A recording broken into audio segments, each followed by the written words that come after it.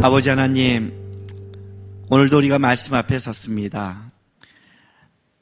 아브라함이 간 그 믿음의 길을 우리가 보고 있습니다.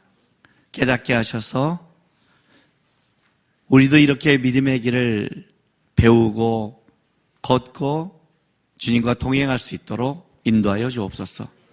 오늘도 말씀을 볼 때 무지한 우리들입니다. 깨닫게 하셔서 참으로 말씀이 우리 심령 속에 달게 느껴지고 말씀이 우리 심령을 살아나는 하나님의 생명의 말씀이 될 수 있도록 인도하여 주옵소서. 감사하며 예수님의 이름으로 기도했습니다. 아멘. 오늘은 창세기 16장부터 20장까지 이제 믿음을 배우다라는 주제로 이제 아브라함의 믿음의 그 길을 우리가 좀 공부하려고 합니다. 이 16장부터 20장까지 볼 때 이제 믿음을 배울 때 아브라함의 그 믿음의 한계와 아브라함이 그것을 믿음을 어떻게 하나님 앞에 배우는 그 와중에 가장 드러나는 한 인물이 있는데 그게 이스마엘입니다. 육의 아들이죠.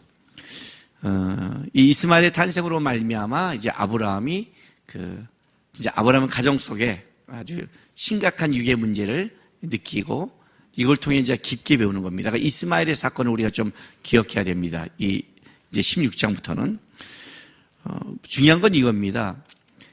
우리가 믿음의 길을 걸어갈 때 믿음이 부족해서 육의 열매를 걷는 건 맞지만 하나님 앞에 우리가 진짜 믿음을 떠나서 믿음을 버려서 육의 열매를 걷는다. 육의 열매를 맺었다. 그렇게 보시면 안 됩니다. 왜냐하면 일단은 우리는 육에 속한 사람입니다. 우리가 원래 이 땅을 살아갔을 때 주님 은혜 때문에 영적인 걸 알게 됐고 고백했고 살아갔지 우리 본질적인 모습은 원래 육의 사람입니다. 그러니까 육의 것에 익숙한 자들입니다. 우리가 믿음이 자라면 뭘 놓치냐면 자기가 육에 있었던 일을 아닌 것처럼 말하는데 자기도 그 길을 걸어왔으면서도 그렇게 육적인 어떤 일을 행하면 그걸 아주 이상하게 보는데 그건 이상한 게 아니라 우리도 사실 거기서부터 시작된 겁니다. 그러니까 아브라함이 영적인 길로 깊어진다는 건 뭐냐면 점점점 육의 것에서 이제 하나님이 원하는 길로 넘어가는 건데 그 넘어가는 와중 속에 뭐가 있냐면 그 육적인 사건이 발생하고 있는 겁니다. 계속. 요거를 우리가 주시해야 되는 거, 무시하면 안 되는 겁니다. 근데 그게 이제 언제 그게 심각해지느냐? 오늘 이 16장에 보면 아브라함이 분명히 하나님을 많이 알았죠. 나는 세상이 아니라 하나님으로 말미암아 복을 얻을 것이다 라고 고백도 했고 내 인생의 모든 것이 하나님의 안에서 이루어질 거라 고백도 했고 그리고 하나님의 그 꿈과 언약도 보기도 했고 내가 어디를 가서 사는 게 아니라 하나님과 함께 산다는 것 그리고 진짜 믿음의 통과 넓이도 배웠고 너가 우하면 저하고 내가 저하면 우하리라 멋진 신앙의 고백도 했지만 그러나 믿음이라는 것은 하나님을 닮아가는 거니까 그 자라는 데 있어서 계속 뭐가 부닥치냐면 내가 육의 경험과 육에 갖고 있는 그 한계 상황이 계속 부닥치고 있다는 거예요. 이건 하나님 나라 갈 때까지 마찬가지입니다. 근데 이제 가장 심각한 것을 어디서 부닥치냐면 16장에 보면 16장 1절에 이렇게 시작합니다.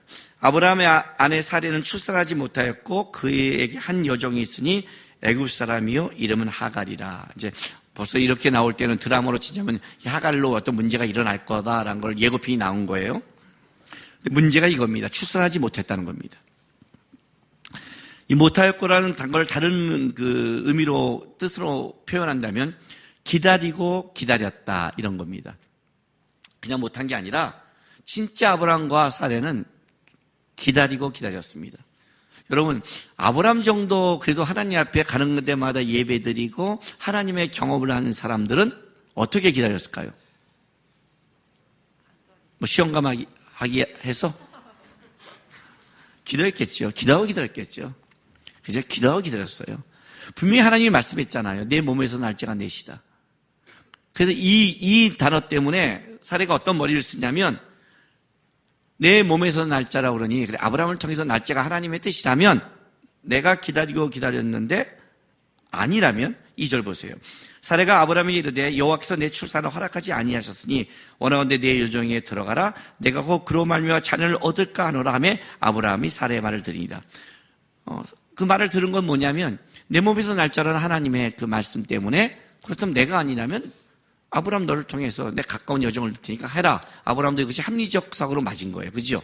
맞아서 들어갔어요. 그런데 3절 보세요. 아브라함의 아내 사례가 그 여종 애굽 사람을 하갈에게 데려다가 그 남편 아브라함에게 첩으로 준 때는 아브라함이 가나안 땅에 거주한 지 몇 년후라?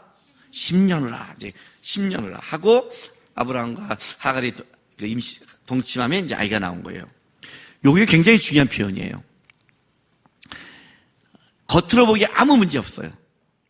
아무 문제가 없어요. 왜 문제가 없냐면 일단 기다리고 기다렸어요. 기도하면서.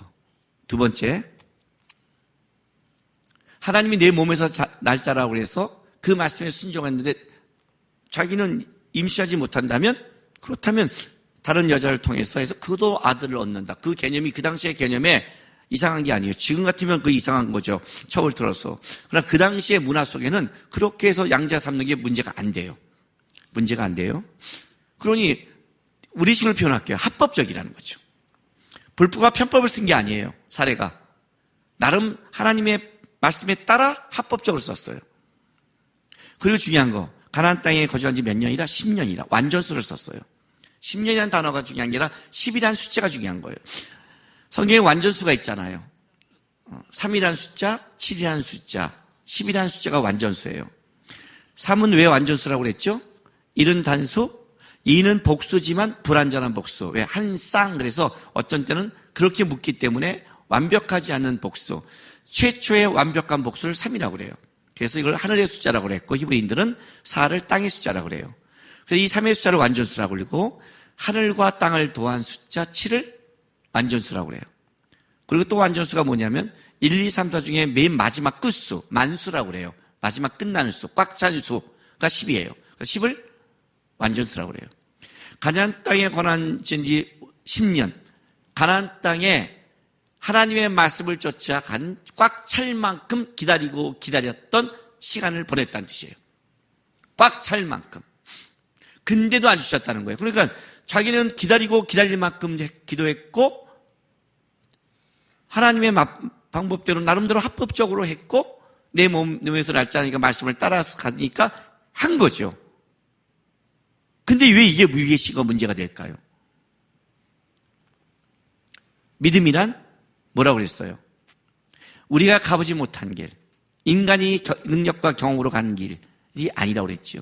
아브라함이 믿음을 따라갈 때 뭐냐면 믿음은 자기의 경험과 안목을 따라가는 길이 아니라 하나님의 말씀을 따라 하나님의 인도하심을 따라가는 것이 믿음의 길이라고 그랬어요. 그런데 지금 아브라함은 자신의 한계 상황이 다가오자 자신의 경험과 자신의 생각에 머문 거예요. 물론 이거는 이제 그 한계 상황은 하나님에 대한 아직 넓이와 크기가 없는 거죠. 뭐냐면 설마 애를 못 낳는 상황까지 오는 속에 하나님의 애를 생명을 만들어? 이건 있을 수 없는 거야. 그러니까 불가능한 상황이 온 거죠. 언제 우리가 신앙이 타협을 하고 신앙이 무너지냐면 한계 상황이 올 때, 그러니까 내 안목의 한계 상황이 올 때는 우리는 그때 할 만큼 했잖아. 더 이상 어떻게 해? 더 이상 방법이 없잖아. 거기까지 온 거예요. 그게 이제 10년의 뜻이에요. 할 만큼 했다.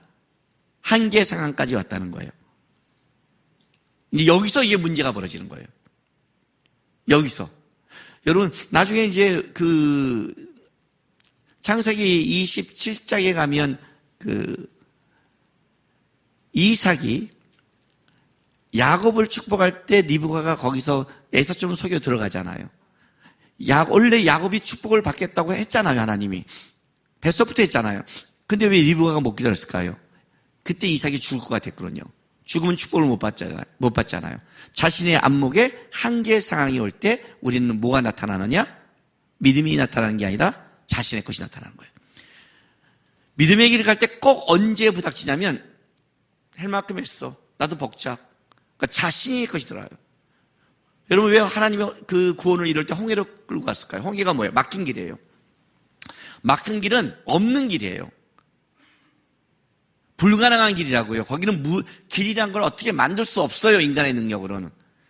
왜 글로 갔을까요? 구원이란 인간의 길을 내는 것도 아니요, 인간의 머릿속에 있는 길도 아니라는 거예요. 구원의 길은 상상하지 못하는 하나님만이 낼 수 있는 길, 그게 홍해거든요. 믿음의 길이 똑같아요. 믿음의 길을 따라간다는 것은 우리의 머리와 상상 속에 있는 게 아니라 하나님의 방법과 계획 속에 있는 거예요. 딱 이때 타협이 시작되고 이때 자기의 것이 드러나요. 두 번째, 한계 상황에서 드러난다가 첫 번째. 두 번째는 한계 상황이라 해서 다 드러나는 게 아니에요. 두 번째는 이거예요. 자신이 그것을 손에 놓지 못하는 소망과 간절함이 너무 넘칠 때. 아브라함의 간절함은 창세기 15장에 우리가 봤어요. 내 후손은 누굽니까? 그죠? 후손이 있어야 조상이 되잖아요. 이 후손에 대한 것이 너무 간절했어요. 지금 상황이 이 시점을 지나가면 후손을 얻을 수 없는 거예요. 시점이 그렇다는 거예요. 근데 그게 한계 상황이에요. 근데 이건 얻어야 돼요. 그거 어떻게 해야 돼요? 급해지기 시작했죠. 급해질 때 뭐가 나와요? 믿음의 태도가 아닌 육의 태도가 나오는 거예요.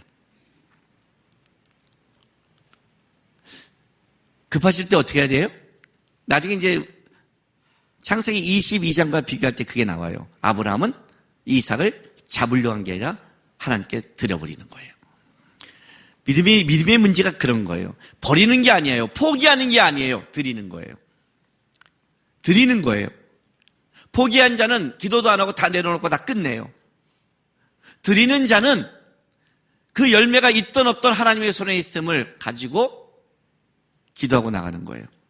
근데 사례가 여기서 자기의 그 소망과 한계 상황이 동시에 부닥치자 뭐가 나오는 거예요? 믿음의 방법이 아닌 육의 방법이 나와요. 그게 육의 열매를 맺게 되는 거예요. 10년이 찼어요. 아브라함도 거기에 합리적인 사고와 맞이가 들어갔어요. 결과는 4절 보세요.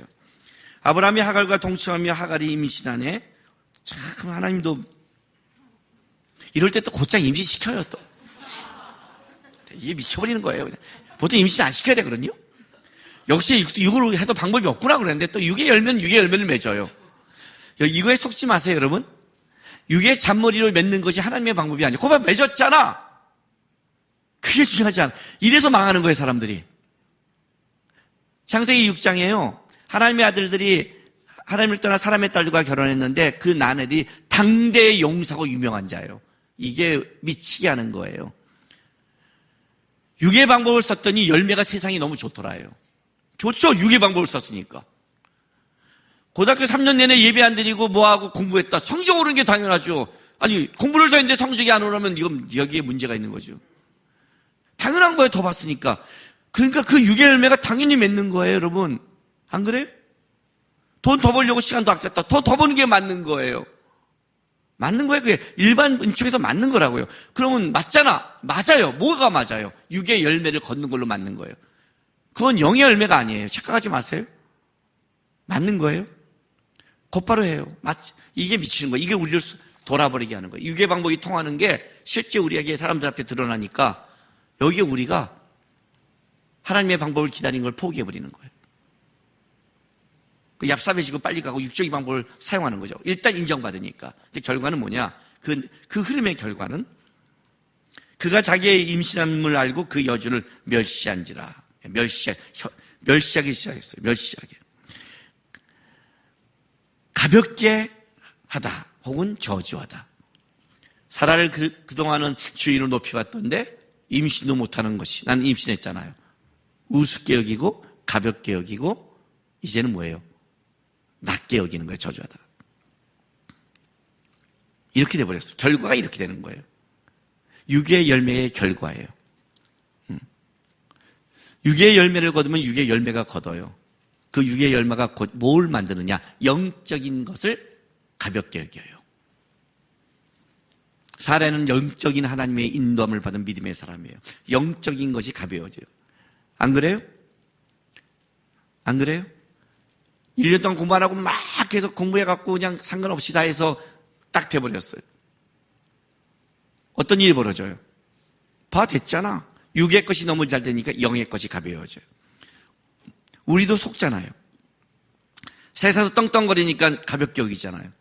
기도한다고 돼? 예배한다고 돼? 예배가 지금 그 돈 벌려고 한 게 아니거든요. 기도가 돈 벌려고 한 게 아니에요.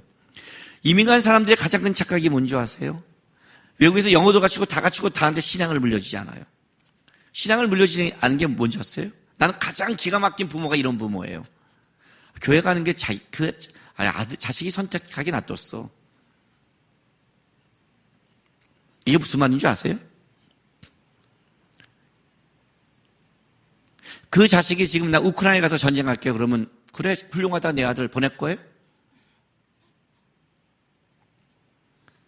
예수를 신앙이 없다는 건 지옥 간다는 뜻인데 감옥 가는 게 아니라 지옥 간다는 뜻인데 그걸 자식에게 맡겨요. 왜 부모를 하나님이 허락했는데 그런 거를 전수해 주라고. 책임과 의무를 다하지 않는 못돼 처먹은 부모예요. 육의 열매는 육의 결과를 맺어요. 그 육의 결과가 나쁜 게 아니라 육적인 세상에서는 보암직하고 먹음직하고 탐스럽고 자랑스럽고 영광스러운 세상의 면류관이 있다는 걸 아셔야 돼요. 그러나 그걸로 끝이에요. 육의 결과는 곧 영적인 걸 무시하게 되고 영적인 걸 공격하며 믿음의 길을 멸시하게 돼 있어요. 부닥치기 시작한다는 거죠. 이게 시작이 된 거예요, 지금. 근데 성경을 보세요. 하나님은 5절부터 문제가 벌어져요. 멸시하기 시작하니까. 사라가 아브라함에게 이르되 내게 받은 모욕은 당신이 받아야 옳도다. 내가 나의 여종을 당신의 품에 두었거늘 그가 자기의 임시험을 알고 나를 멸시하니 당신과 나 사이 여호와께서 판단하시길 원하노라. 조금 좀 그냥 보면 사라 이거 지가 먼저 얘기해놓고 왜 아브라함한테 난리치고 지랄이야? 근데 여호와께 사라가 이렇게 말하는 게 있어요. 실수했죠. 그러나 6절 아브라함 보세요. 아브라함이 사라에게 이르되 당신의 여종은 당신의 수중에 있으니 당신의 눈에 좋을 대로 그에게 행하라 하며 사라가 하갈을 학대하였더니 하갈이 사라 앞에 도망하였더라. 사라 무섭죠? 말 끝나자마자 학대해버렸죠? 도망갈 만큼 임신한 여자를. 여호와의 사자가 광야의 술길 샘 곁에 그를 만나 이르되 사라의 여종 하갈아 너가 어디서 왔으며 어디로 가느냐. 그가 이르되 난 내 여주인 사라를 베어 도망하나이다. 여호와의 사자가 그에게 이르되 내 여주인에게 돌아가서 그의 수하에 복종하라. 여호와의 사자가 또 그에게 이르되 내가 내 씨를 크게 번성하여 그 수가 많아 셀 수 없게 하리라 하면서 이제 여호와의 사자가 다시 돌아가래. 여기 강조점이 하나 있어요. 강조점 보세요. 5절 내가 나의 여종을 당신에게 저했는데 그가 나를 학대한다. 아브라함한테 뭐라고 그래요? 6절 아브라함이 사라에게 이르되 당신의 여종을 마음대로 해라. 여종이 강조돼요. 8절 여호와의 사자가 이렇게 말해요. 사라의 여종 하가라. 하가라고 안 불러요. 뭐라 불러요? 사라의 여종 하가라. 여종이 계속 강조돼요. 신분이 변화되지 않는다고요. 육의 것은 육의 것일 뿐이에요. 이거는 사례도 얘기하고 아브라함도 얘기하고 하나님도 똑같이 얘기해요. 그리고 하나님이 더 이상 더 나가서 뭐라고 말하냐면 9절에 이렇게 말해요. 여호와의 사자가 그에게 이르되 내 여주인에게 돌아가서 그 수하에 복종하라고 그래요. 복종. 육은 영에게 복종해야 돼요. 내 몸을 얼마큼 복종시켜야 될까요? 댐비면 두들겨 패세요. 그게 사도 바울의 말이에요. 나는 내 몸을 쳐서 복종케 한대요. 믿음의 싸움이 뭐예요? 육을 쫓아가는 싸움 아니에요. 그죠? 영을 쫓고 싶지 않은 싸움 아니세요? 우리가 맨날 그 싸움 하잖아요. 세상을 쫓고 싶은 싸움. 이게 육의 싸움이잖아요.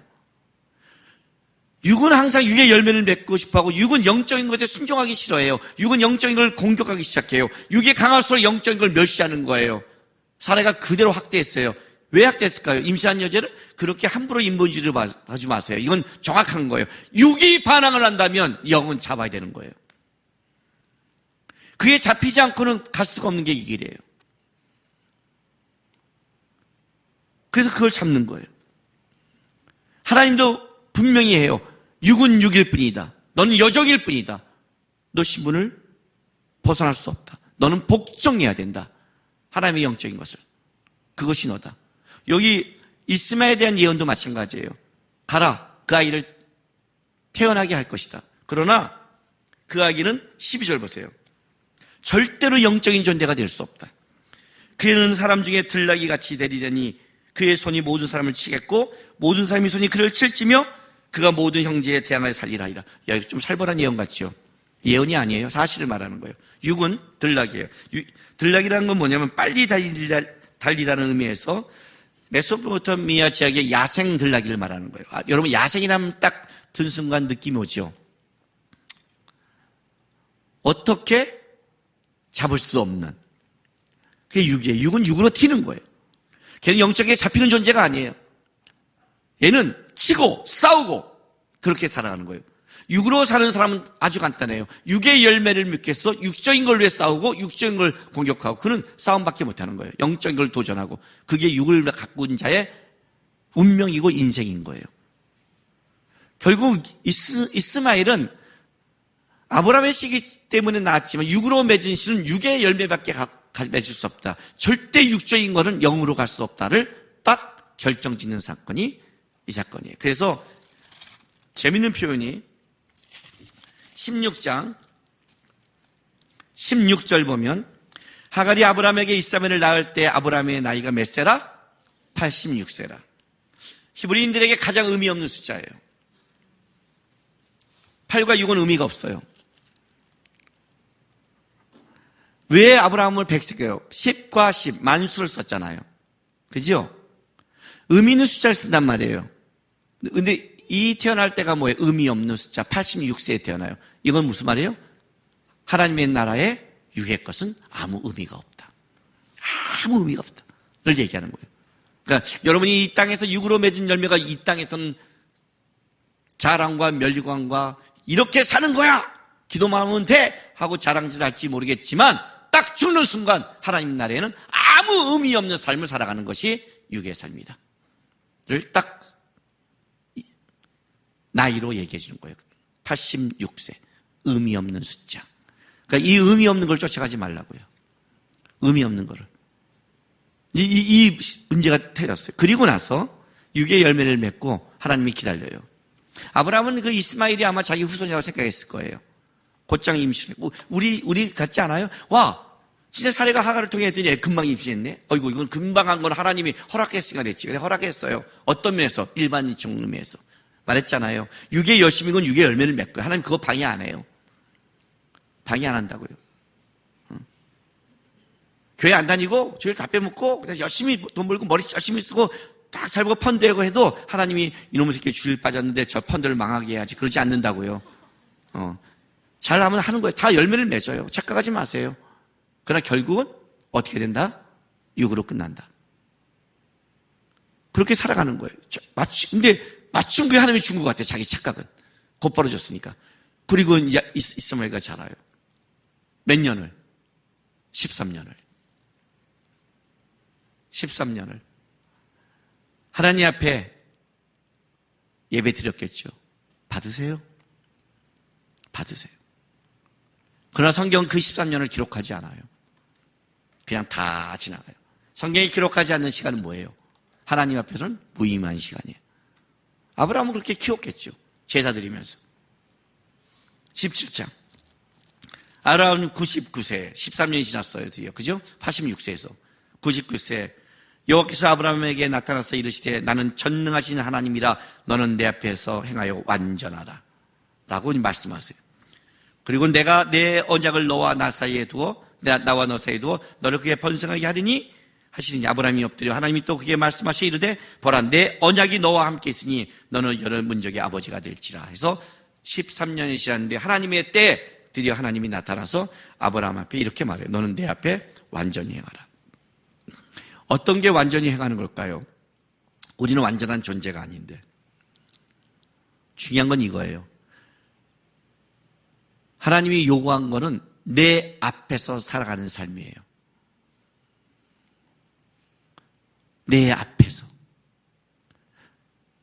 너가 어떤 삶을 살건 어떤 걸 고민하든 어떤 걸 하든 내 앞에서 완전히 행하려고 노력하라는 거예요. 내 앞에서. 고람대오 여호와 앞에서. 신학교 다닐 때 교수님이 한 분이 시험을 보면 점수 딱 시험 문제를 나무 답을 써요. 그걸 갖다가 당신이 받고 싶은 점수는 딱 있어요. 쓰는 거예요. A뿔, A 자기가 써야 돼요.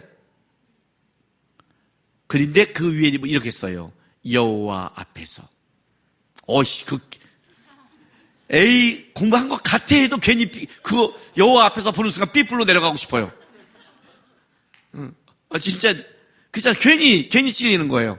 너가 여호와 앞에서 몇 점만 더 생각하니? 그렇게 쓴 게 있었어요. 진짜 자기 학점 쓰면서 기도한 거 처음이에요. 시험 끝나고 딱 던져버려야 되는데 써야 돼요. 주님, 내가 이 공부를 잘 썼다. 이것만 보이지 않아요, 여러분. 그때는 어저께 내가 한 태도도 보여요. 열심히 공부 안 했는데, 이거 운 좋게 썼는데, 어저께 내가 영화 봤는데, 별게 다 생각이 나요. 이게 절대 좋은 게 아니더라고요. 절대 좋은 게 아니더라고요. 여호와 앞에서가 있는 거예요. 너는 내 앞에서. 그 하나님을 인식하는 게 완전하거든요. 딱 하나님이 그래요. 넌 내 앞에서. 왜? 육의 신은 하나님 앞에서 살아가는 자가 아니니까. 믿음의 길이 아닌 것은 하나님 앞에 살지 않는 거니까. 요구하신 거예요. 내 앞에서. 그리고 17장에 그 유명한 할례장이 나오는 거예요. 할례. 그런데 이 할례를 행할 때 중요한 게 있어요. 그냥 할례가 아니라 17장 5절부터 8절까지 먼저 뭘 하시냐면 하나님이 아브람을 아브라함이라고 이름을 바꿔요. 자, 5절 보세요. 이제 후로는 내 이름을 아브람이라 하지 아니하고 아브라함이라 하리니 이는 내가 너를 여러 민족의 아버지가 되게 합니다. 내가 너로 심히 번성하며 이제 이렇게 내가 7절에 내가 내 언약을 8절에 나는 그들의 하나님. 하나님이 자기를 강조하면서 얘기한 게 뭐냐? 이름을 바꿔줘요. 그리고 이제 9절부터 14절까지 할례 얘기가 나오고 할례가 끝나면 다시 15절에 또 하나님이 또 아브라함에게 이르시되 내 아내 사레는 이름을 사레라 하지 말고 사라라 하라. 내가 그에게 복을 주어 그가 내게 아들을 낳아 주게 하며 내가 그에게 복을 주어 그를 여러 민족의 어머니가 되게 하리니 민족의 여왕이 그에게서 나리라 해서 사레를 사라로. 그러니까 이렇게 된 거예요. 이걸 제가 샌드위치 문법이라고 그러는데 그냥 제가 만든 문법이에요. 빵, 불고기, 빵, 그럼 뭐라고 했어요? 불고기 먹었죠. 빵, 치킨, 빵 하면 치킨이죠. 그러니까 앞뒤로 빵이 있지만 가운데에 따라 이것이 같아지는 거잖아요. 똑같은 거예요. 성경이 이런 문법을 굉장히 많이 써요. 아브라함을 아브라함으로, 사레를 사라로 이름을 앞뒤로 바꿔주고 가운데 할례를 넣은 거예요. 이게 하나로 묶여 있다는 뜻이에요. 왜? 할례는 남자에게 행하는 거예요. 여자에게는 행하지 않아요. 여자는 할례와 무관해요? 아니에요. 같다는 뜻이에요. 그래서 엿다 집어넣는 거예요. 그런데 할례를 행하기 전에 하나님이 어떤 조건을 하냐면 이름을 먼저 바꿔요. 아브람, 존귀한 아버지에서 열국의 아버지. 사레, 공주에서 열국의 어머니로 이름을 바꾼다는 것은 본질을 바꾼다는 뜻이에요. 제 이름이 김남국이에요. 누가 김남국 부른다면 그건 나를 부른 것도 하지만 김남국이라는 본질이 있어요. 너 이름이 뭐니? 야곱입니다. 약탈자입니다. 나는 누구의 발 뒤꿈치를 잡고 살아왔습니다. 그렇게 살지 마라. 이스라엘 해라. 하나님을 붙잡고 살아라. 하나님을 붙잡아라. 본질을 바꿔버리는 거예요. 이름은 본질을 바꿔요.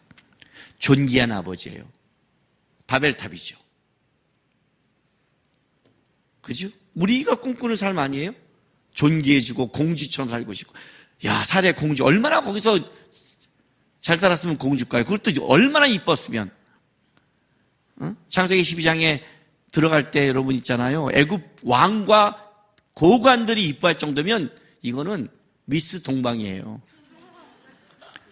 바로가 애굽의 여자가 얼마나 많은데 거기서도 눈이 띌 정도면 진짜 아브라함은 미스 동방하고 얼마나 예뻤으면 지가 놀래갖고 너는 갈 때보다 너무 눈에 띄니 내가 죽을 것 같다잖아요. 여자가 아내가 예뻐서 죽을 것 같은 남자가 몇 명 되겠어요 도대체.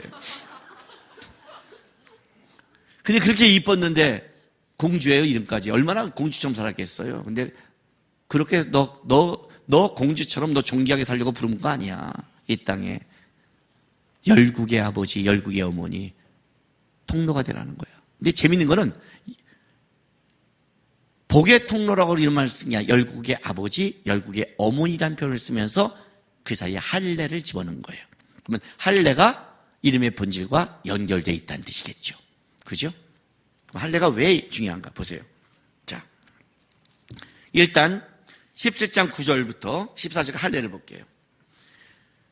여기 이제 이 9절부터 14절까지 우리가 볼 때 여러분이 강조되는 걸 들으셔야 돼요. 내 언약이 굉장히 강조돼요. 들어보세요. 하나님이 또 아브라함에게 이르시되 그런즉 너는 내 언약을 지키고 내 후손도 대대로 지키라.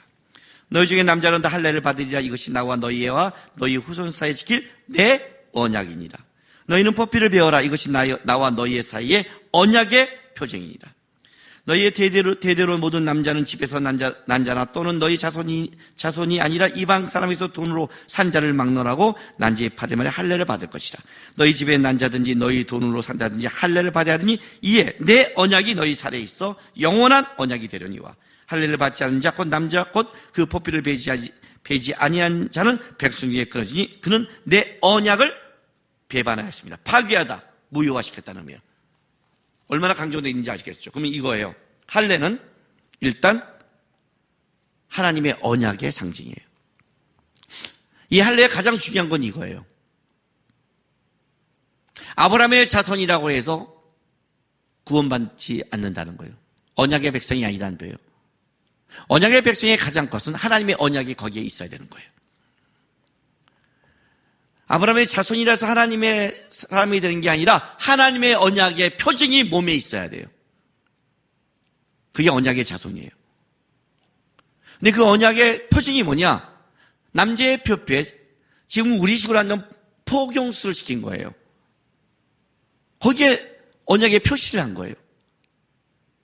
좀 이상하지 않아요? 그러면 어떻게 알아요?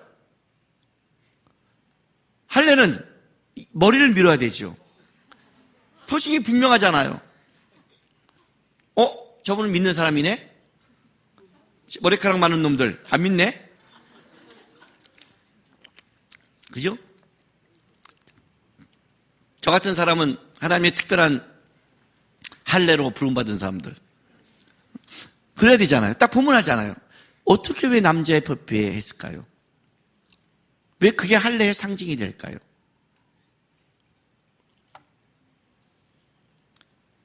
호세아서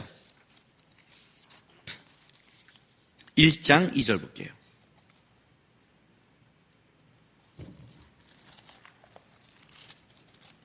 구약성경 1257쪽 1장 2절 제가 읽어줄게요. 여호와께서 처음 호세아에게 말씀하실 때 여호와께서 호세아에게 이르시되 너는 가서 음란한 여자를 맞이하여 음란한 자식을 낳으라. 이 나라가 여호와를 떠나 크게 음란함 아니라. 호세아 선지자에게 말씀한 거죠. 음란한 여자를 만나 음란한 자식을 낳으래요. 성경에 간음을 우상 숭배로 표현했어요.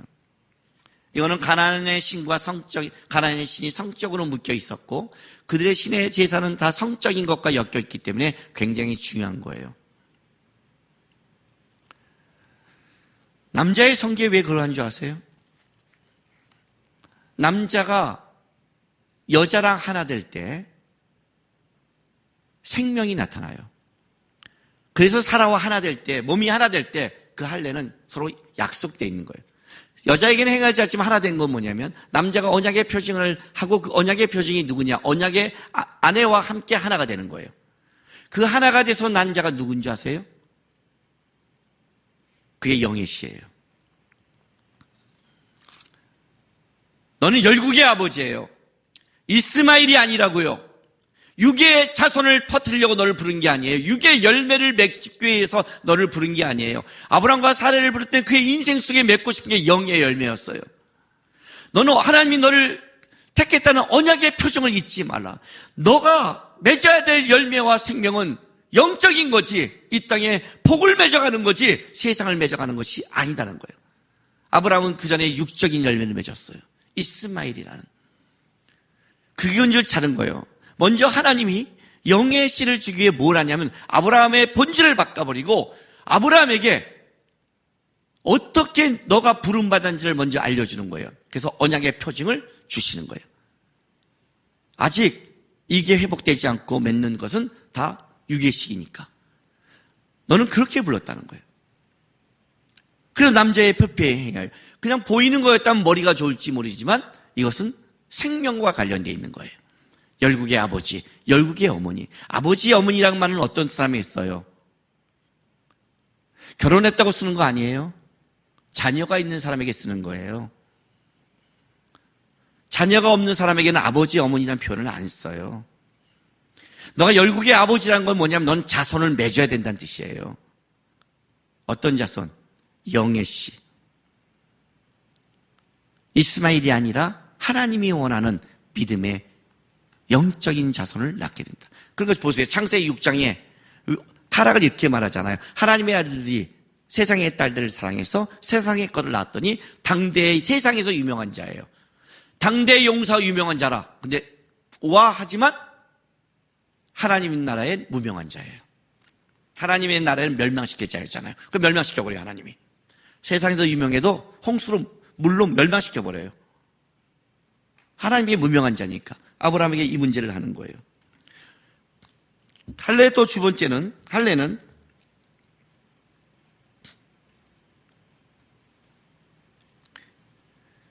12절. 너희는 대대로 모든 남자는 집에서 난 자나 또는 너희 자손이 아니라 이방 사람에게 돈으로 산 자를 막나르고 난지 며칠 만에 8일 만에 할례를 받을 것이라. 자, 돈 주고 산 사람도 아브라함의 신은 아니죠. 중요한 언약의 표징이 있어야 돼요. 근데 할례는 난지 8일 만에예요. 왜 8일일까요? 레위기 12장. 레위기 12장 2절 3절. 구약 성경 163쪽. 제가 읽어줄게요. 이스라엘 자손에게 말하여 이르되 여인이 임신하여 남자를 낳으면 그는 이래 동안 부정하리니 곧 월경할 때와 같이 부정할 것이며 8째 날에는 그 아이의 포피를 뵐 것이라 그죠? 자, 남자에게만 할례를 행하는데 8일째인데 부정기간이 며칠이에요? 7일이에요. 남자아이를 낳으면 7일간 부정해요. 그리고 8일째 부정기간이 끝난 새로운 날에 포피를 베라는 거예요. 부정한 자가 아니라 하나님 앞에 온전한 자로 되기 위해서. 8일이에요. 천지 창조를 하나님이 했을 때 6일 동안 창조하고 7일이 안식일이었어요. 이 패턴이 선악과를 먹기 전까지는 계속 돌아갔어요. 이렇게요. 선악과를 먹기 전 6일 동안 세상에서 예배하며 열심히 일하고 7일째 하나님 앞에 안식을 누리며 하나님과 관계를 맺고 천지를 창조하신 하나님의 예배를 드린 이 안식, 그러니까 7일이 안식인 날이 됐어요. 이 안식이라는 것은 세상에 없는 거죠. 하나님께서 오는 게 안식이론이요. 오직 안식은 하나님만이 줄 수 있는 건데 이 7일날 하나님부터 안식을 누리고 아담이 살다가 선악과를 먹음으로 안식이 깨져버렸죠. 어떻게 해요, 하나님이? 다시 안식을 만들어야 되잖아요. 하나님이 일하는 날이 또 필요해야 되잖아요. 하나님이 그냥 7일로 딱 끝나고 돌아가는데 하나님이 다시 일해야 되잖아요. 하나님이 7일 넘어서 일하는 거예요. 8일. 이해가 되세요? 안식일 다음 날 주님이 부활하세요. 그게 오늘 주일이 되는 거예요. 왜 주일이 안식일 다음으로 바뀐 줄 알아요? 하나님이 이 안식을 다시 예수로 회복하며 예수로 다시 만들었다는 걸 우리가 고백하는 날이 주일 개념이에요. 할례는 부정기간 끝나 새로운 거예요. 새로워졌다는 의미예요. 할례를 벤다는 너는 부정한 걸 살아가는 자가 아니야. 육의 거를 쫓는 자가 아니야. 너는 하나님 앞에 새로워져야 되고 영적인 걸 유산을 맺어야 되는 자야. 할례는 난지 8일 만에 가는 거예요. 그리고 할례의 가장 중요한 건 뭐랬죠? 14절에 할례를 받지 아니한 남자 그 포피를 배제하지 아니하는 남자는 백성 중에 끊어질 것이니 그가 내 언약을 파괴했다. 중요한 거 이거예요. 아브라함 네가 아무리 사랑하고 네가 아무리 한다 할지라도 이거예요. 걔가 언약의 표정이 없으면 걔는 끊어진 애야. 여러분 이 표현을 굉장히 많이 아셔야 돼요. 오늘날 우리 부모님들이 잊어버린 표현이 이 표현이에요. 여러분이 교회에 신앙생활을 한다고 해도 여러분의 자녀가 구원받는 자손이 아니라고요. 교회 나오잖아요. 이스마엘 수 있잖아요. 이스마엘. 언약의 표정이 없는 자. 이 시대의 언약의 표정은 예수 그리스도예요. 성령의 인치심이 있어야 된다고요. 언약의 표가 있어야 된단 말이에요. 교회만 나오고 구원 받나? 아브라함의 자식이 이스마엘이 살아가지만 결국은 쫓겨나잖아요. 종교 생활이 아니라고요. 부모님들이 신경 쓸 게 성적과 건강이 아니라고요. 예수 그리스도를 고백하는 걸 지켜야 돼요. 근데 어렸을 때 다 놔둬요, 그냥. 애가 뭘 알겠어? 모르니까 가르쳐야 되는데 머리 다 큰다면 안 받아야 돼요. 이게 문제인 거예요. 표징이 염자는 끊어지라요. 아브라함에게 네 자손이고 뭐고 다 소용이 없다. 난 딱 한 가지를 봤다. 언약의 표징. 그 안에 믿음의 내용이 있는 것인가? 그게 영이시다. 그게 나의 자손이다. 너는 그렇게 부름받는 존재다. 열국의 아버지로, 영적인 생명을 낳는 자로, 영적인 생명을 이어가는 자로 내가 너를 불렀다. 그래서 할례를 당하며 이 표징을 잊지 말고 영적인 씨를 낳고 영적인 자손을 만들어내라. 이게 할례 사건이에요.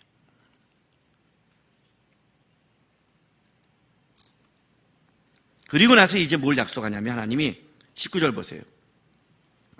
17절부터 볼게요.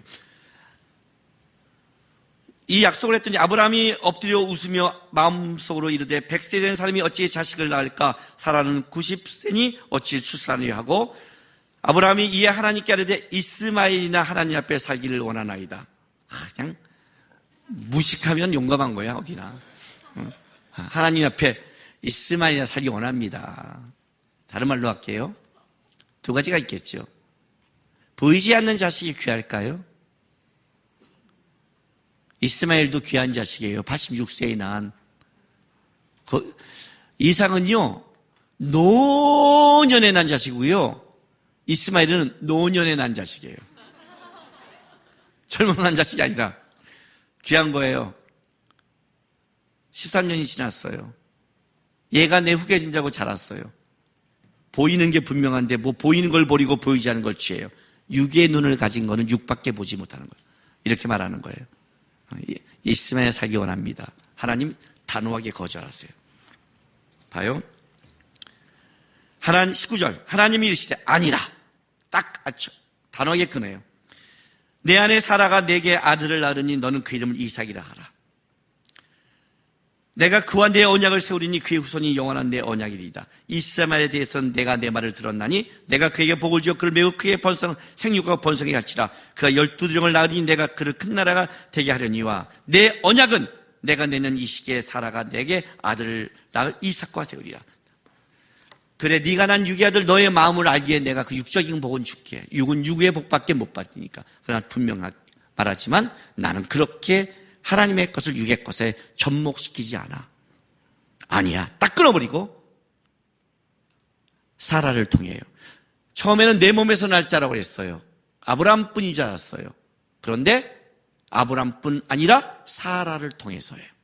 믿음의 1세대를 다 통하는 거예요. 이걸 몰랐어요, 그들이. 그럼 받아들였냐? 하나님이 너무 단호하니까 아멘 했지만 속으로는 아니었어요. 하나님은 말씀하셨어요. 그리고 이제 뒤에 할례를 다 집어내게 행해요. 자, 그리고 이제 18장에 나타나는데 하나님이 이제 18장에 가서는 이삭에 대한 예언을 분명히 하세요. 그런데 이삭에 대한 예언하고 영의 씨를 주기 전에 하나님이 먼저 뭘 하셨다? 본질을 바꾸고 언약의 표징을 세우고 하나님이 먼저 영의 열매를 맺을 바탕을 만들었다. 그러니까 여러분 있잖아요. 저도 믿음의 영적인 걸 맺고 싶어요 하면 영적인 걸 맺기 위해서는 먼저 영적인 그릇을 만드세요. 영적인 그릇을 만들어야 돼요. 육적인 그릇을 만들고 거기다 하나님 영적인 걸 담아주시면 하나님을 담을 수가 없어요. 하나님은 정확해요. 영은 영의 것만, 육은 육의 것만이에요. 이 두 가지가 같이 할 수 없는 거예요. 영적인 그릇을 만나야 하는 거예요. 먼저 이름을 바꾸고 그를 할례로 언약의 표징을 담은 다음에 그 다음에 하나님이 이제 영적인 거를 시작하는 거예요.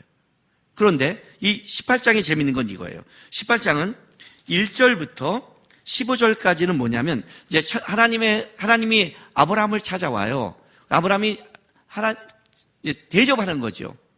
대접하는데 15절까지 뭘 얘기하냐면 이삭에 대한 예언을 말씀하세요. 그러니까 영의 자손을 다시 한번 확인시키러 오시는 거예요. 그리고 16절부터 33절까지는 뭐냐면 하나님이 그러고 나서 소돔과 고모라의 멸망을 시키러 가겠다는 것을 얘기하세요. 그리고 우리가 아는 그 유명한 아브라함의 소돔과 고모라를 향한 중보기가 시작되는 거예요. 그러니까 18장은 어떠냐면 이 두 가지가 이삭의 탄생과 세상의 멸망의 땅 소돔과 고모라에 대한 심판이 동시에 얘기를 하고 있는 거예요. 여기에 영의 씨와 그 영의 자손을 맺어야 될 영적인 아브라함이 그 영적인 삶이 어떤 것인가, 맺지만 어떤 것인가를 설명하는 데 있어서 등장하는 게 소돔과 고모라인 거예요.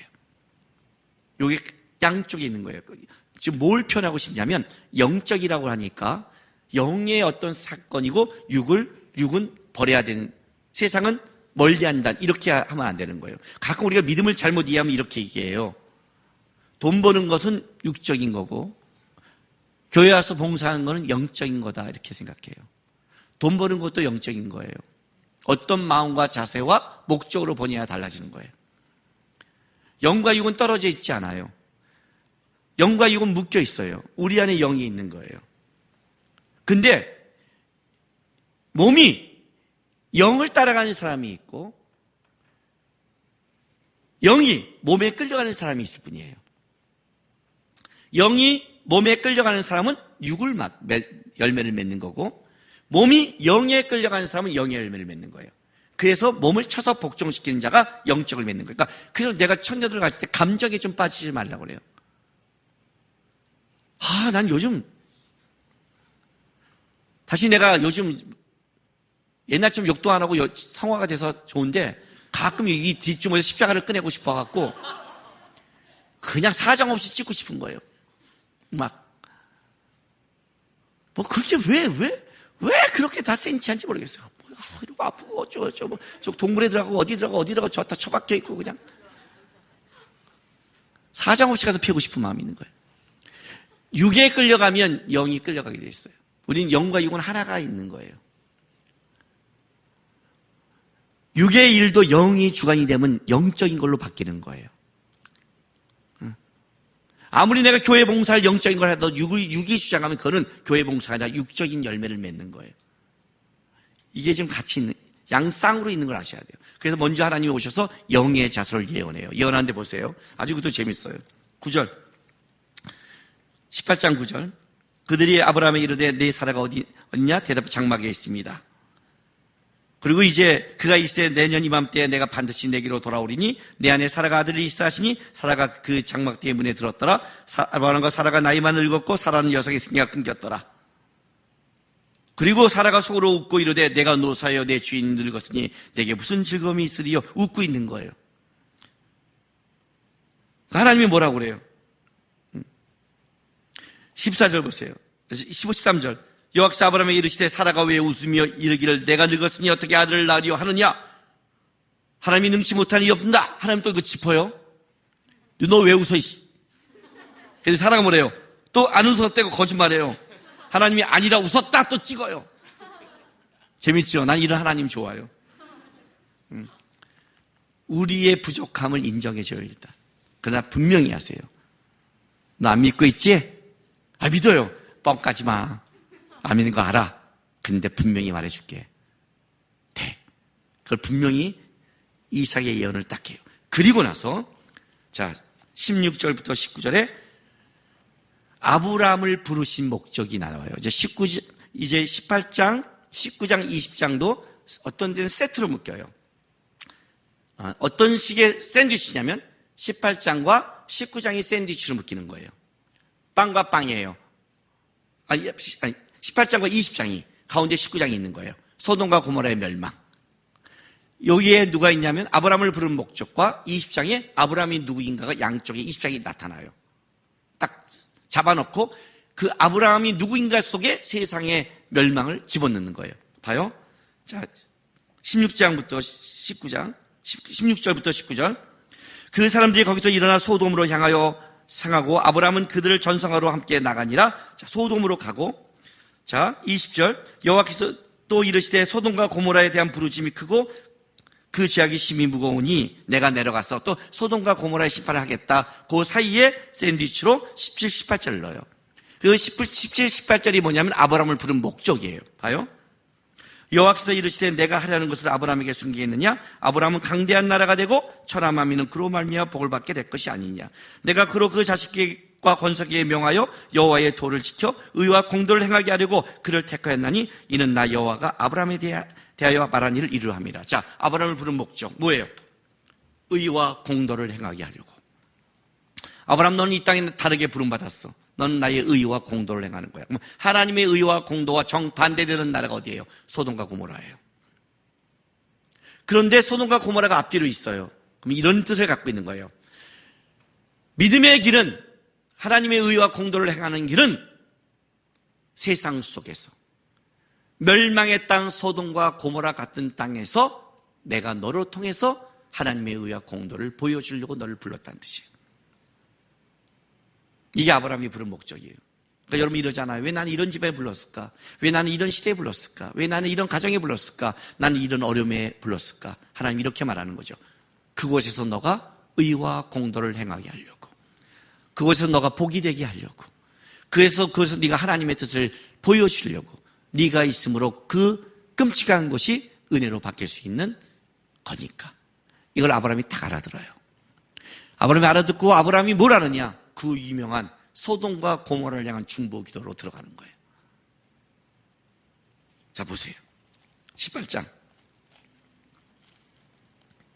23절. 아브라함이 가까이 나가 이르되 주께서 의인과 악인을 함께 멸하시라니까. 가까이 나가다 대면하는데 더 가까이 앞에 바짝 나간 거예요. 더 나가서 묻는 거예요. 그 성 중에 의인 50명이 있을지라도 주께서 그것을 멸하시고 그 50 의인을 위하여 용서하지 아니하시리까. 주께서 이같이 하사 의인과 악인을 함께 죽이시면 부당하오며 의인과 악인을 같이 하심도 부당하니이다. 세상을 심판하는 이가 정의를 행하실 것이 아니니까. 여호와께서 이르시되 내가 만일 소돔 성 가운데 의인 50명을 찾으면 그를 하여 온 지역을 용서하리라. 이제 기도가 시작돼요. 여러분 이거 많이 들어본 거 아니에요? 25절 사극에 보면 영리정이 그 정승들이 왕 앞에 이렇게 말하잖아요. 상감마마 하면서요. 의인과 악인을 죽이시면 부당하오며 의인과 악인을 함께도 부당하니이다. 어떻게 왕께서 이 나라를 통치하는 이가 정의를 행할 것이 아닙니까? 이렇게, 그죠? 재밌죠? 아브라함이 하나님 앞에 바짝 나가 얘기하는 거예요. 근데 사실 굉장히 보면 싸가지 없는 기도예요. 하나님 앞에. 하나님도 모르고 어디 있다 이줄 모르래. 근데 하나님이 다 받아요. 오케이. 멸망하지 않아. 딱 받으니까 넘어가요. 45명은요. 멸망 안 시켜. 40명은요. 나중에 이 성경 자세히 보세요. 아주 재밌어요. 그 앞에다 아브라함이 하나씩 단어를 닫아요. 하나씩. 한 번만 더 묻겠습니다. 감히 묻겠습니다. 틱 같은 제가 묻겠습니다. 이러면서 계속 붙이는 거예요. 20명은요. 10명이면요. 10명이 있어도 멸하지 아니다. 하고 기도가 수속돼요. 이 기도를 보면 사람이 기도의 내용을 보면 수준을 알죠. 그 사람의 말을 보면 수준을 알죠. 그죠? 기도의 내용은. 이 기도를 보면 아브라함이 얼마나 그동안 하나님 앞에 컸는 걸 알아요. 자기의 부르심의 목적을 알았어요. 소돔과 고모라의 심판을 갈 때 자기에게 말한 의와 공도의 의미를 알았어요. 하나님 마땅합니다. 저희 소돔과 고모라는 의와 공도가 있지 않습니다. 죽어야 됩니다 하고 말하지 않는 거예요. 이것 때문에 불렀구나. 이것 때문에 주님이 이 땅에 오셨구나. 이걸 알고 하나님 앞에 쓰는 거예요. 그래서 하나님이 아브라함의 기도를 받는 거예요. 하나님의 마음을 알아요. 그리고 죄악을 알아요. 왜 10명에서 썼을까요? 5명은 안 돼요? 1명은 안 돼요? 예레미야 5장 1절에 이런 말이 있어요. 예레미야 너가 예루살렘 성 한 바퀴를 돌아봐라. 내가 의인 1명을 찾는다면 내가 이상을 멸하지 않으리라. 1명은 안 돼요? 이 10명이 소돔과 고모라의 최소치예요. 하나님이 어디를 구원하려고 그러면 적어도 의인의 최소치가 있어야 돼요. 최소치란 이거예요. 그를 통해서 하나님이 복된 길을, 의와 공도를 보여줄 수 있는 자가 있다면 하나님은 그 사람 때문에 온 지역을 용서하며 일하시지만 그 통로, 의와 공도를 행하는 복된 자가 없다면 그게 멸망이에요. 왜 10명이냐? 롯의 한 가정만 온전해서 10명이 있었어요. 롯의 한 가정만. 롯 아내 2딸 2살 6명이에요. 종 몇 명이면 끝나요. 아브라함에게 엘리에스처럼. 롯의 한 가정만 소돔과 고모라에서 하나님의 의와 공도를 깨닫고 있었다면 소돔과 고모라는 멸망하지 않았어요. 아브라함은 하나님의 방법도 알고 있는 거예요. 더 이상 말하는 거는 하나님께 중보기도하는 게 아니라 땡깡 부리는 거예요. 기도란 땡깡 부리는 게 아니에요. 여러분, 기도할 때 왜 우리가 기도를 잘못한 줄 아세요? 기도는 하나님을 알고 죄를 알고 나를 알고 부르심을 알는 속에서 나올 때 제대로 된 기도가 나와요. 그래야 내가 할 기도와 안 할 기도가 분별이 되고 땡깡 부릴 거와 안 할 거, 멈출 거와 할 게 분별이 되는 거예요. 한 명으로 간다는 건 땡깡 부리기 시작하는 거예요. 딱 멈추는 거예요. 하나님의 역사가 어느 선에서 하는 걸 알고 있는 거예요. 10명까지는 하는 거예요, 하나님이. 그 선이 넘다면 안 돼요. 이게 진짜 하나님이 기뻐하는 분별이 있는 기도예요.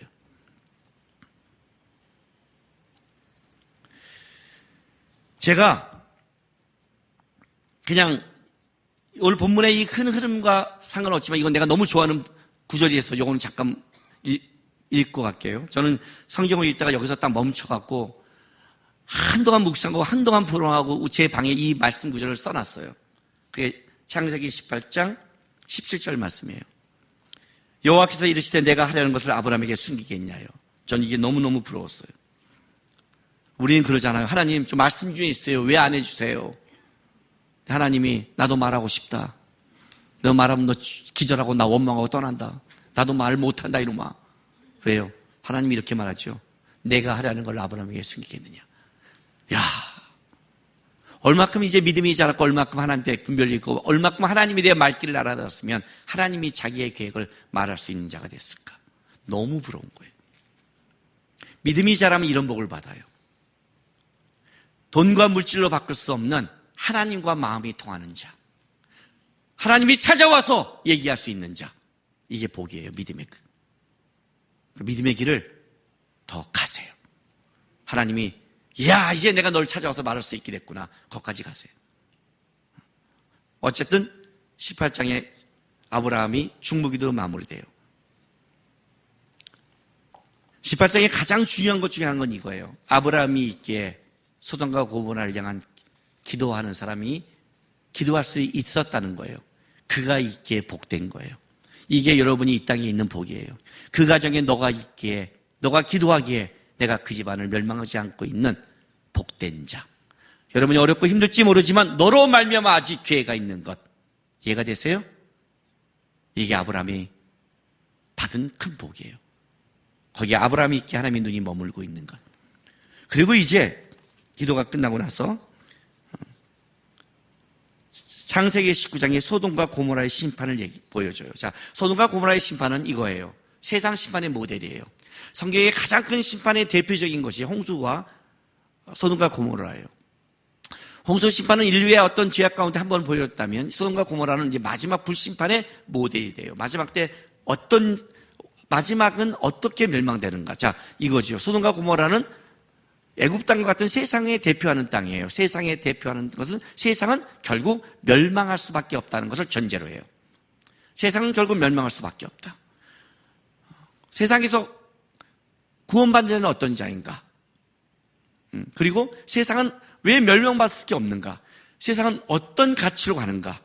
어떤 자가 멸망받는가를 구체적으로 설명하는 게 창세기 19장이에요. 창세기 19장은 이렇게 시작해요. 1절. 자, 타락상을 보는 거예요. 얼마나 소돔과 고모라가 타락했는가? 1절. 저녁 때에 그 두 천사가 소돔에 이르니 마침 롯이 소돔 성문에 앉아 있다가 그들을 보고 일어나 영접하고 땅에 엎드리며. 자, 저녁 때에 두 천사가 들어와요. 성문에 앉아 있었어요. 당시의 모든 것은 성문 앞에 다 있었어요. 재판, 신장, 모든 게. 그러니까 압살롬이 백성의 마음을 훔치려서 성문 앞으로 와요. 성문 앞에 모든 우리 시간 거기가 가장 중앙인 거예요. 그러니까 거기서 롯도 일하고 있는데 천사가 어느 순간 천사를 마침 알아봤어요. 그러니까 천사를 알아볼 만한 분별력은 있었어요.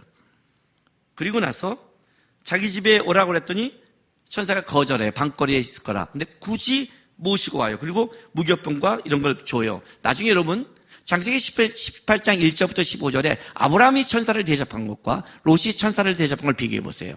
형편없어요. 천사인 걸 알아봤지만 대접하는 게 형편없는 거예요. 그만큼 영적으로 무뎌져 있었어요. 4절 보세요. 그들이 눕기 전에 그 성사람 곧 소동 백성들이 노소를 막론하고 원물에 담아요 그 집을 에워싸고 롯을 부르고 그에 이르되 오늘 밤에 내게 온 사람들 어디에 있느냐 이끌어내라 우리가 그들 상관하리라. 이게 무서운 말인데, 저녁 때 천사가 들어가는데 그들이 눕기 전에요. 여러분, 청동기 초기 시대에 해가 딱 일몰이 되고 졌는데 잠을 잘 때가 몇 시간 있다 잘까요? 전기가 안 도는 시대. 아무리 햇불 켜도 불과 짧은 시간이에요. 해가 딱 지면. 근데 소돔성에 노소를 막론하고 원근에 모였대요. 남녀가 아니에요. 노소예요. 동성애예요. 소문이 난 거예요. 새로운 남자가 롯의 집에 들어갔대 라고 해서 근처에 어린아이부터 나이 든 사람이 남자가 모여서 와서 야, 너희 집에 새로운 사람 왔댔지. 나와. 우리가 상관할 거야. 이 표현이 뭔지 알아요? 지네끼리는 다 할 만큼 했다는 거예요. 다 할 만큼 했기 때문에 성관계를 대고 노골적으로 했으니까 새로운 사람이 온 거를 그냥 하는 거예요. 얼마큼 성적으로 타락했는지 아시겠죠? 어린아이부터 어른까지 노소. 그리고 대놓고 끄집어내고 여기에 들어온 한 여기의 법을 따라, 세상에 온 한 세상의 법을 따라. 그룹으로 끄집어내서 성관계를 했다는 성적 타락인 거예요. 엄청나게 타락했어요. 소돔과 고모라는 동물과도 섹스를 했어요. 우리 시대도 그렇게 가요. 동성애가 가면 근친상간이 가고 동물과 가요. 유럽의 어느 나라는 동물과의 섹스가 합법화됐고 동물 매춘굴이 있잖아요. 동물 매춘굴. 여자가 아니라 동물과 매춘하게 해서 돈 주고 동물과 하고 나오는 곳이 있단 말이에요. 실제로 이 시대 가운데. 그게 가는 거예요. 타락의 첫 번째 성적 타락이다. 성적 타락이다. 동성애가 왜 안 됩니까? 할례 다시 보세요. 영예씨를 흘려보내라고. 동성애는 창조법칙에 어긋나요. 남자와 여자를 만든. 동성애가 있는 곳은 저절로 그 시대는 망해요. 전 세계 사람이 다 동성애면 그 시대의 인류는 끝나요. 하나님은 이어가기를 원하세요. 창조법칙에 맞지 않아요. 우리가 엄마 아빠 역할은 할 수 있어요. 성경의 여자는 임신하는 걸 얘기해요. 생명을 잉태하고 나는 걸 여자라고 했어요, 하나님이요. 동성애는 그래서 성경적 법칙이 아니에요. 중요한 건 이거예요. 8절. 롯이 내게 남자를 가까이 아니한 두 딸이 있노라. 청하건대 내가 그들 너희에게 이끌어내리니 너희 눈에 좋을 대로 그들에게 행하고. 이것도 이해 안 돼요. 또 지 딸을 또 내. 이해돼요? 그죠? 얼마큼 지금 무딘지 아시겠죠? 그 문화 속에 살면. 문화 속에 문화에 젖은 거예요. 문화 밖에 거룩하게 보니까 그렇지 문화에 살면 다 그렇게 살면 그런 줄 아는 거예요. 근데 그게 또 거절해요. 여자는. 난리가 나요. 하나님이 딱 눈을 가리고 심판을 작정했어요. 롯에게 이렇게 말을 해요. 12절. 그 사람들이 롯에게 이르되 이와에 내게 속한 자가 또 있느냐? 내 사이나 자녀나 성 중에 내게 속한 자를 성 밖으로 끌어내라. 심판을 작정하고 내게 속한 자를 끄집어내라고 그래요. 라합도 그러죠. 내게 속한 자를 여기에 들어와라. 놀라운 건 뭐냐면 14절 봤더니 끝에 그들의 사이가 농담으로 얘기해요. 영적으로 믿음 안에 속한 자가 아닌 거예요. 다 사이까지 없는 거예요. 의인이 작정을 해요. 그런데 이제 심판이 임하는데 놀라운 일이 벌어져요. 여러분, 만약 심판이 임하고 지금 여기 막 지진으로 흔들리고 그러면 어떻게 해야 돼요? 빨리 뛰어나가야 되잖아요. 그렇죠? 안 뛰어나가는 놈 뭐예요? 뛰어나가다 다시 오는 놈 뭐가 있을까요? 어떤 사람이 뛰어나다 다시 올까요? 나가다가 여기 다이아몬드 반지 떨어진 사람 다시 올 수 있을 것 같아요, 아마. 미련이 있거나 여기 뭔가 마음이 든 자는 오겠죠. 16절. 자, 15절. 롱이 동틀 때 천사가 롯을 재촉해요. 근데 16절. 그러나 롯이 지체해요. 얼마나 좀 감각이 묻었는지 알겠어요? 멸망이 왔는데도 롯이 지체해요. 영적 무딤.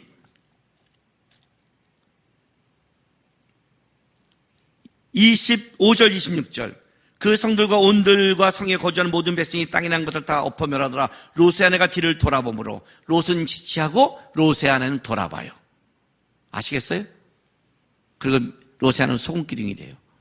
세상에 미련을 갖고 있고 세상에 끈을 갖고 있는 자는 그 미련이 멸망을 만들어요. 우리 마찬가지예요. 육에 대한 미련이 영적인 걸 못 가고 그게 발목을 잡고 멸망시키는 거예요. 심판받을 때. 근데 문제는 이거예요. 성적으로 타락했는데 왜 이렇게 할 수 있을까? 왜 이렇게 끝으로 갈까 봤더니 창세기 19장의 가장 중요한 거는 30절부터 38절까지의 내용이 중요한 거예요. 롯과 두 딸이 살아나서 동굴에 들어가요. 근데 어떤 일을 벌이냐면 롯의 큰딸이 롯의 작은 딸을 설득해서 자기 아버지에게 술을 먹이고 성관계를 해요. 작은 딸이 이걸 또 받아들여요. 이거 말이 안 되는 거예요, 도대체, 상식으로. 큰딸이 이렇게 말해서 작은 딸이 미쳤어 해야 되는데, 굿 아이디어. 역시 언니는 뭐가 달라, 이렇게 말한 거예요, 지금요. 진짜 똑똑한데? 그 아버지에게 술 먹이고 해서 난 족속이 암몬과 모압 자손이고, 이 암몬과 모압 자손은 신명기에 의하면 영원히 여호와의 총회에 들어오지 못하는. 왜? 아버지의 술 먹이고 난 이상한 기형적인 자손이니까. 영적인 씨가 아니라 육적인 씨여도 성적인 타락으로 일어나는 것은 기형적인 걸 낳거든요. 여호와의 총회에 영원히 못 들어온 것이 암몬과 모압이에요. 너 어떻게 이게 가능할까? 이 말 때문에 가능한 거예요. 자, 31절 보세요. 큰딸이 작은딸에게 이르되 우리 아버지는 늙으셨고 온 세상의 도리를 따라 우리 배필될 사람이 이 땅에 없으니 우리가 우리 아버지에게 술을 마시게 하고 동침하여 우리 아버지로 말며 후손을 이어가자. 이게 이제 설득하는 내용이었는데 이거죠. 남자가 없는 건 아니잖아요. 아브라함의 자손 중에 318명의 건장한 남자가 저기 깔려 있잖아요. 근데 왜 안 갈까요? 롯의 첫째 딸이 이런 말이에요. 세상의 도리를 쫓는 남자가 죽었다는 거예요.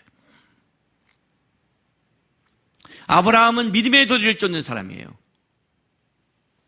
거기 가면 새벽 기도 해야 돼요. 바이블 스터디 해야 돼요.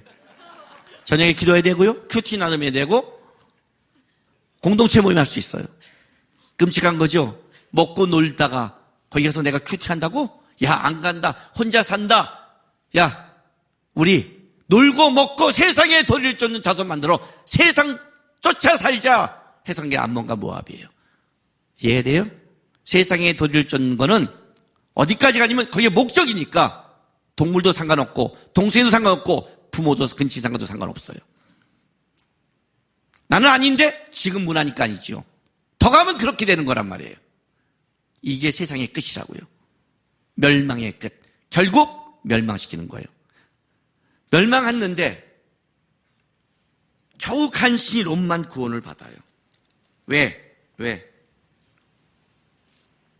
29절 하나님이 그 지역과 성을 멸하실 때 그 롯이 거주하는 성을 엎으실 때 하나님이 아브라함을 생각하사 롯을 그 엎으신 중에 내보내셨더라. 롯이 희미한 믿음이 있었지만 아브라함의 중보기도에 믿음의 의와 공도를 행한 자의 기도를 통해 은혜를 입은 거예요. 실제는. 그 자만 구원받고 세상은 멸망한다고 딱 끝내요. 이게 19장이에요. 이게 결론이에요. 육의 것은 멸망이다. 그리고 이제 20장으로 넘어가는 거예요. 20장 보세요. 20장은 이거 굉장히 어려운 본문이에요. 굉장히 어려워요. 그래서 20장은 설교를 안 해요, 사람들이요. 어려워서. 왜냐하면 20장은 난해 구절 중에 난해 구절이에요. 세 가지를 풀어야 돼요. 첫 번째, 왜 벼랑간 아브라함이 아비멜렉 집으로 갔을까? 20장 1절, 아브라함이 거기서 네게브 땅으로 옮겨가 가데스와 술 사이에 거리하며 벼랑간 가서 아비멜렉 집으로 가요. 왜 가요? 거기가 산 게 뭔지 아세요? 다시 사라를 누이로 속여서 줘요. 안 가면 되잖아요. 근데 가서 줘요. 왜 갔을까? 그죠? 두 번째, 사라를 넘겨줬는데 왜 아비멜렉은 사라를 또 받았을까? 예뻐서? 아니에요. 거짓말하지 마세요. 창세기 12장에는요 이 본문이 나와요. 내가 보기에 너는 아리따운 자라. 그들도 그렇게 볼 것이다. 했더니 진짜 바로와 바로의 대관들이 너무너무 아름다운 여자가 왔어요 해서 진짜 그랬어요. 여기는 아무 날이 없어요. 왜? 나이가 90세예요. 고운 나이예요. 예쁜 나이가 아니라 고운 나이라고요. 아무리 바로가 이제 아비멜렉이 여자에 미쳤어도 할머니잖아. 아니 사례 자체가 뭐라고 말했는데 나는 이제 애를 못 낳아. 하나님 앞에 그 정도로 말했는데 고운 여자한테 벼랑간. 세 번째, 아비멜렉과 하룻밤 잤어요. 어쨌든 아비멜렉이 사라가 아기를 우리는 아무것도 안 했다고 돈을 주고 선포를 해요. 그러면 끝이에요? 어떤 여자가 어떤 남자랑 호텔방에서 하루 자고 나왔는데 우리 관계 안 맺었다. 그러면 어떻게 증명해요? 중요한 건 뭔지 알아요? 21장에 사라가 아기를 낳아요. 누구 얘기일까요? 이 얘기는. 그죠? 아브라함에게 의심살 수 있잖아요. 그러니 사라가 심장이 뛰다가 화병 나서 23장에 일찍 죽어요. 사라가 죽고는요. 걸려온 거 화병 나서. 이거 드라마 되지 않아요 정말? 이게 더 합리적이지 않아요? 아니 내가 앉았다면 끝이에요? 증명이 임신했잖아요. 어떻게 증명할래요? 이 난에게 세 구절을 풀어야 되는 거예요. 그리고 하나님은 왜 여기를 보냈을까? 그 20장 굉장히 20장이 없으면 21장이 성립이 안 돼요. 21장이 가장 중요한 거기 때문에 20장이. 첫째 19장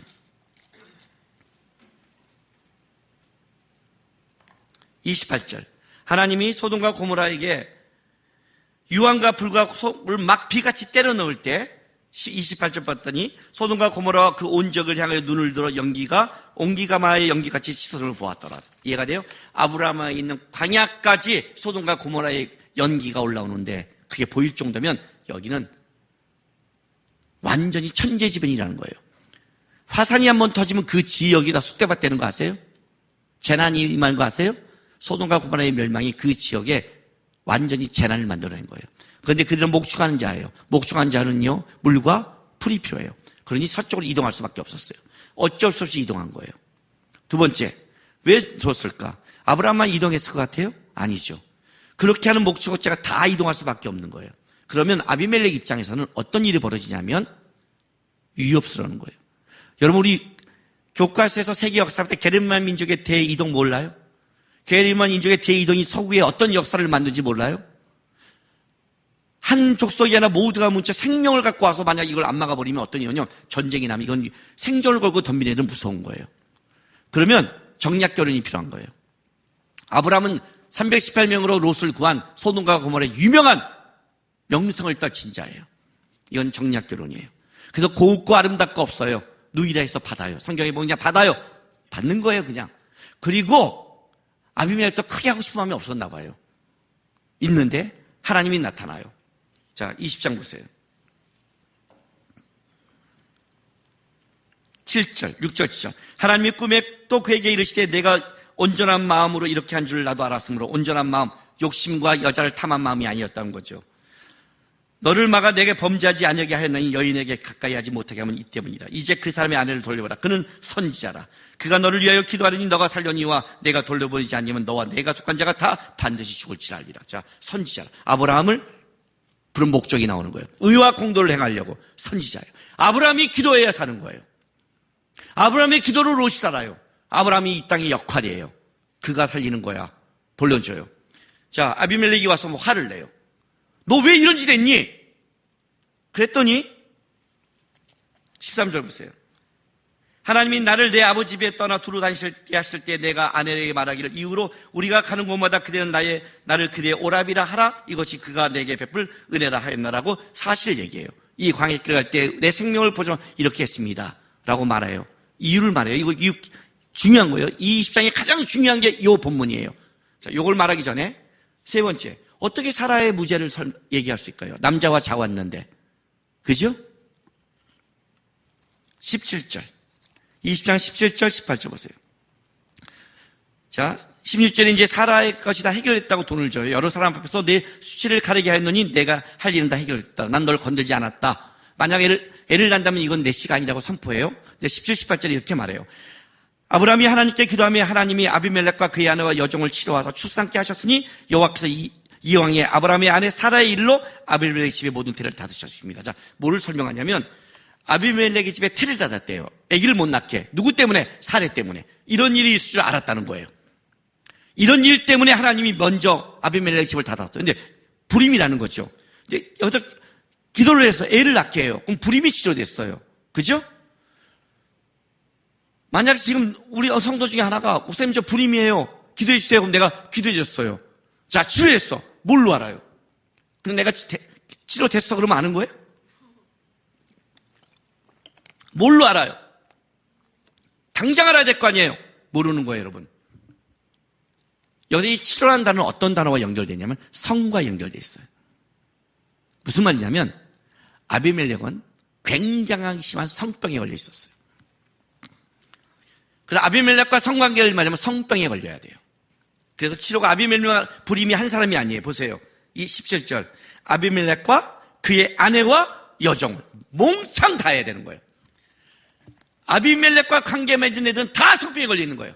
그러니까 만약 이 사례가 관계 맺은 성병에 걸려 있는 거고 아니면 성병에 걸리는 게 아니죠. 그죠? 하나님이 아비멜렉에게 물란한 삶을 놔둬버린 거예요. 왜? 사례 때문에. 물란함을 놔두고 성병을 놔둔 거예요. 근데 아브라함이 기도하자마자 모두가 성병이 치료된 거예요. 눈에 보이고. 성병이 치료됐다는 건 이제 아기를 낳을 수 있다는 거예요. 눈으로 그날 확인하게. 사례가 얼마나 깨끗함을 인정시켜버린 거예요, 하나님이. 이게 여호와 이레예요. 사례가 온전해야 영의 씨가 나오니까. 근데 문제는 이거예요. 왜 하나님이 아비멜렉으로 이 재난을 통해 아브라함을 몰아갔을까요? 뭐 때문에 몰아갔을까요? 가장 중요한 이유가 이거예요. 아브라함이 75세에 하나님의 부르심을 잊고 떠나요. 곧 아기를 낳을 때가 100세 때가 돼가요. 24년 이상 지났어요.